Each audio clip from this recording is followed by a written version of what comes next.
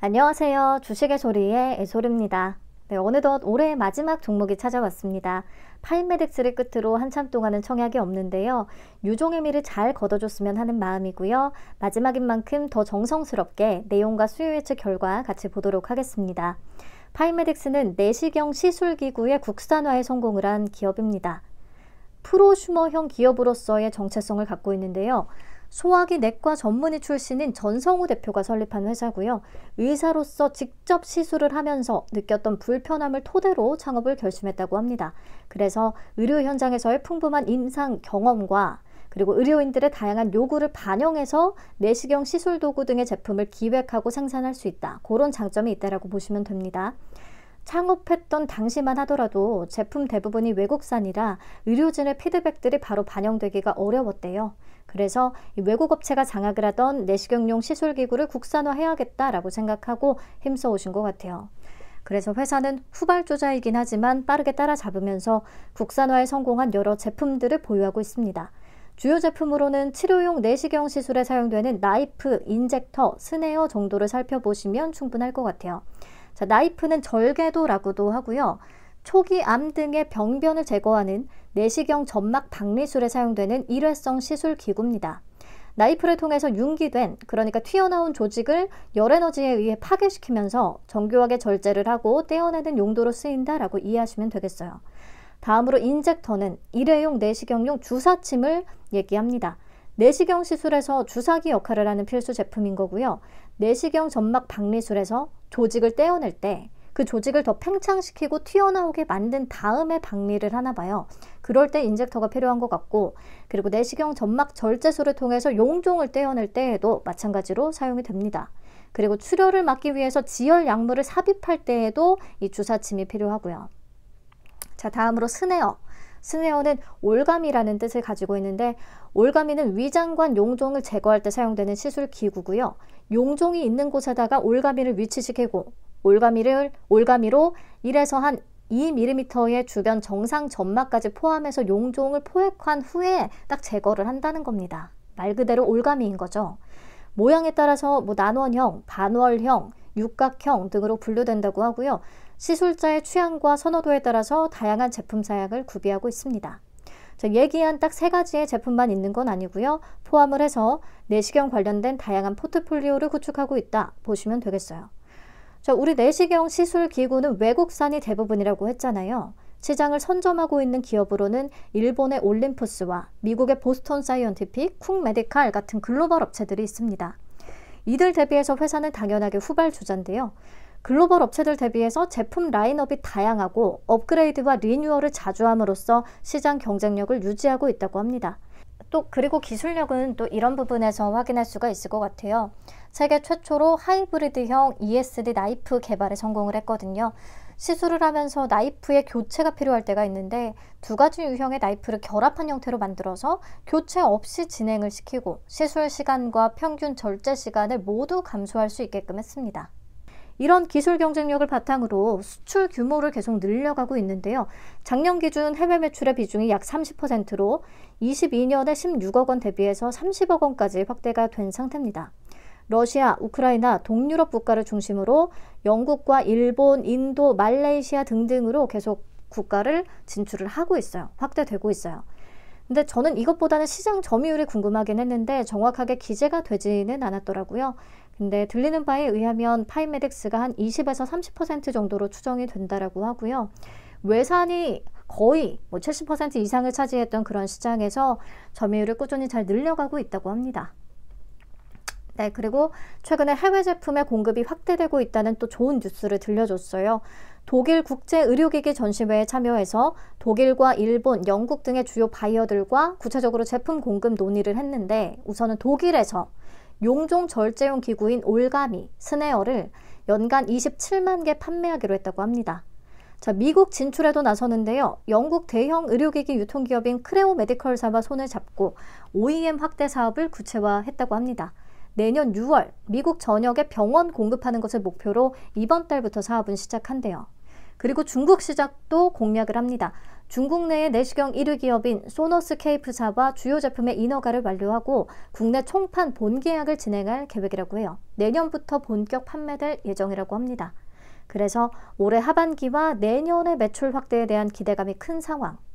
자, 실적을 보시면 23년에 매출이 100억 원을 넘으면서 최대 실적을 기록을 했고 영업이익은 8.7억 원으로 흑자 전환에 성공, 당기순이익도 12억 원을 달성을 했었는데요. 24년 3분기 기준으로 다시금 적자로 돌아선 상태입니다. 상반기에 전공의 파업 때문에 상급 종합병원 시술이 일부 줄어들면서 주력 제품들의 매출이 감소한 타격이 좀 아무래도 있었고요. 그리고 해외 매출의 경우에는 러시아 결제선 변경으로 상반기 대량 오더가 하반기로 이월된 영향이 있었다고 합니다. 근데 앞으로 독일의 대량 주문과 내시경 검진이 하반기와 겨울에 몰리는 특징이 있어서 4분기에는 지난해 수준의 매출 규모는 회복이 될 것이다 라고 얘기를 하는데 수익성이 안정적으로 확보되는지는 추가적으로 확인이 필요해 보입니다. 자, 그럼 공모가 어떻게 산정했는지 한번 볼게요. 자, 국내에 내시경 시술기구를 전문으로 하는 상장된 기업은 없기 때문에 진단과 치료 의료기기 업체들로 위주로 선정을 했습니다. 비스토스, 뷰웍스, MI텍, 바디텍메드, 휴비츠. 이들의 24년 반기말 LTM 기준 평균 PER은 17.86배를 산출했습니다. 주당 평가 가격을 산출할 때에는 27년 추정치를 썼는데요. 27년 추정 순이익을 20% 할인율로 현가화한 약 47.5억 원을 적용을 했습니다. 그래서 주당 평가 가액은 14,883원을 계산했고요. 할인율 39.53%에서 32.81% 적용, 최종적으로 밴드는 9,000원에서 10,000원을 제시한 상태입니다. 당연히 미래 추정치니까 고평가된 가격일 텐데 그럼에도 파인메딕스는 유통가능 금액이 100억 원대고 시가총액이 500억 원대라는 소형 사이즈 메리트가 강하기 때문에 회사가 제시한 밴드가 그대로 받아들여질 가능성이 높았습니다. 팩트처럼 말이죠. 자, 그럼 수요 예측 결과가 어떻게 나왔는지 한번 볼까요? 경쟁률은 1260.25 대 1, 2033개의 기관이 참여했습니다. 보시면 참여 건수는 벡트와 비슷합니다. 간만에 2,000건을 다시 넘겼어요. 단타를 노리는 기관들의 참여도가 좀 적극적이었던 것으로 보이고요. 신청가격 분포표를 보시면 밴드는 9,000원에서 10,000원을 제시했잖아요. 상단 이상의 98.73%, 참여 기관의 대부분이 다 분포하고 있습니다. 10,000원 초과에는 33.01% 정도. 근데 요즘의 분위기가 상단을 초과할 분위기는 절대 아니기 때문에 상단인 10,000원에 확정이 됐습니다. 자, 확약은 건수 기준으로 2.36%, 수량 기준으로 2.77%를 기록했네요. 3개월 신청 비중이 가장 높습니다. 네, 그래서 수요 예측 결과 자체는 최근 종목들 중에서는 그나마 좀 좋은 편에 속하고요. 공모 계율을 체크해보죠. 공모가가 상단에 확정이 되면서 공모 규모는 90억 원, 시가총액은 약 563억 원의 초소형 사이즈로 등장을 합니다. 청약은 16일부터 17일까지 진행되고요. 환불까지 이틀 걸리고요. 상장은 12월 26일에 단독 예정입니다. 한국투자증권의 단독 주관이고 최소는 50주예요. 증거금 25만 원. 신주 모집은 66.7%, 구주 매출 33.3%로 이번 공모가 진행이 되는데 구주 매출의 주체는 파인메딕스 자기 주식이거든요. 구주 매출을 통해서 확보한 금액이 다시 파인메딕스로 유입이 되는 거기 때문에 신주 모집과 효과는 동일하겠습니다. 자, 우리 사주 조합에 배정된 물량은 없습니다. 상장일의 유통 물량 확인하시죠. 주식 총수의 28.58%에 해당하는 물량은 상장 즉시 바로 유통 가능합니다. 금액으로는 약 161억 원, 거의 스펙만큼 가볍고요. 기존 주주의 비중은 44.02%가 존재합니다. 윤땡땡 외 3인, 박땡땡 외 34인 다 개인들로 파악이 되는데 회사의 유상증자 발행 내역을 참고해서 봤을 때 투자 단가는 10,000원, 500원, 3,300원, 7,179원 요 정도 수준이기 때문에요. 다 공모가 10,000원보다는 한참 아래입니다. 그래서 기존 주주들의 엑시트 가능성이 굉장히 큰데요. 근데 덩치가 워낙에 가볍다 보니까 기존 주주들도 기대하는 바가 있을 거라서 조금 기다렸다 팔지 않을까 싶습니다.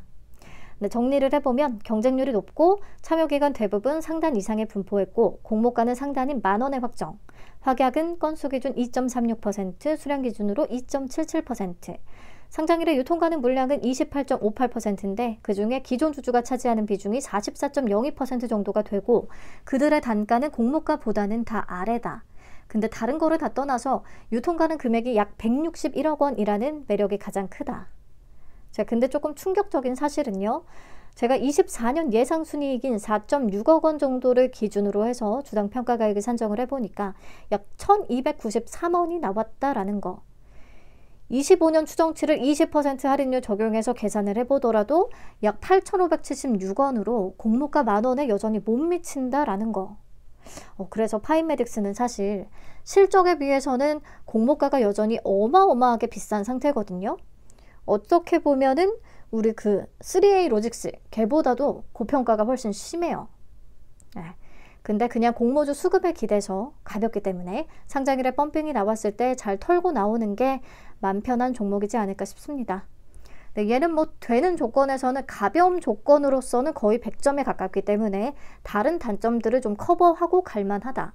네, 공모주 하는 사람들한테 있어서는 이런 조건은 무조건 가보는 거죠, 사실. 자, 그렇다면 청약을 하는 거라면 수익이 날 수가 있을지 배정 물량과 청약 한도 체크하고요. 예상 균등, 경쟁률, 기대 수익금 계산해보고 마치도록 하겠습니다. 한 투에 22만 5천 주가 배정돼서 균등 물량도 11만 2,500주밖에 안 되고요.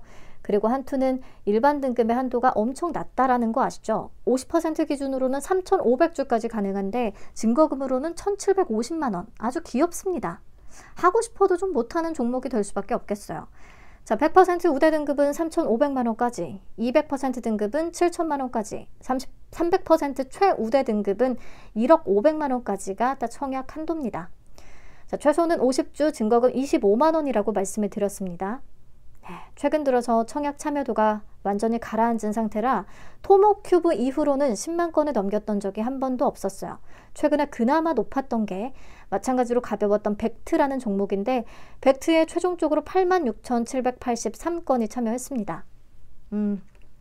한 투는 계좌 수가 많아서 참여도가 조금 더 높을 수 있다라고 보고요. 12만 건을 잡았습니다. 12만 건 기준으로 균등 배정 수량은 0.94주거든요. 근데 16일에 상장을 하게 되는 벡트가 막 엄청나게 날아간다면 파인메딕스의 참여도는 확 더 높아질 가능성은 있습니다. 네, 12만 건 기준 증거금은 약 8,400만 원 잡았고요. 그러면 비례 경쟁률은 1,493대 1 정도가 되겠습니다. 안정적인 비례 한 주의 증거금은 750만 원 정도 예상하고요. 자, 제 예상 경쟁률 하에서 일반 등급 3,500주 풀청약 시 기대 수익금 계산해보고 마치도록 할게요. 균등은 그래도 한 주의 확률이 높고 비례는 2주까지 가능하다면 배정 금액은 3만 원, 70% 기준으로 기대 수익이 2만 1,000원, 더블 기준은 3만 원 수익이 되겠습니다. 파킹 이틀치 이자는 약 2,434원, 6% 마통 이자는 약 5,753원. 그래서 제가 좀 예상을 한 대로 참여도가 아주 높지는 않고 낮은 한도 덕분에 경쟁률도 그닥 높지 않다면 마통 이자를 쓰고도 수익이 날 수 있는 조건은 될 것 같습니다. 근데 제 예상보다 균등 확률이 엄청나게 떨어지고 경쟁률도 굉장히 높아질 가능성까지는 생각을 해야 됩니다. 벡트 상장일에 청약이 시작이 되기 때문에 결과에 따라 차이가 클 수밖에 없을 것 같아요. 자, 마지막으로 3A 로직스와 파인메딕스가 지금 겹쳐있는 일정인데 당연히 조건상으로는 파인메딕스가 더 좋기는 하죠. 문제는 청약 한도가 될 것 같고 파인메딕스 청약 후에 남는 자금을 3A 로직스에도 투입을 할 것이냐, 요거는 16일에 벡트와 MNC솔루션 상장일까지 보고 판단을 해도 충분하겠습니다. 자, 그럼 24년의 마지막 공모주 파인메딕스의 영상 기분 좋게 마무리하도록 하겠습니다. 시청해주셔서 너무 감사합니다. 주말 잘 보내시고요. 다음 주는 크리스마스 전주인데요. 벡트, MNC솔루션, 온코 형제들, 듀켄바이오까지 상장이 줄줄이 잡혀있거든요. 좀 미리 선물을 받는 주간이 되기를 간절히 바라봅니다. 다음 주에 뵐게요. 안녕.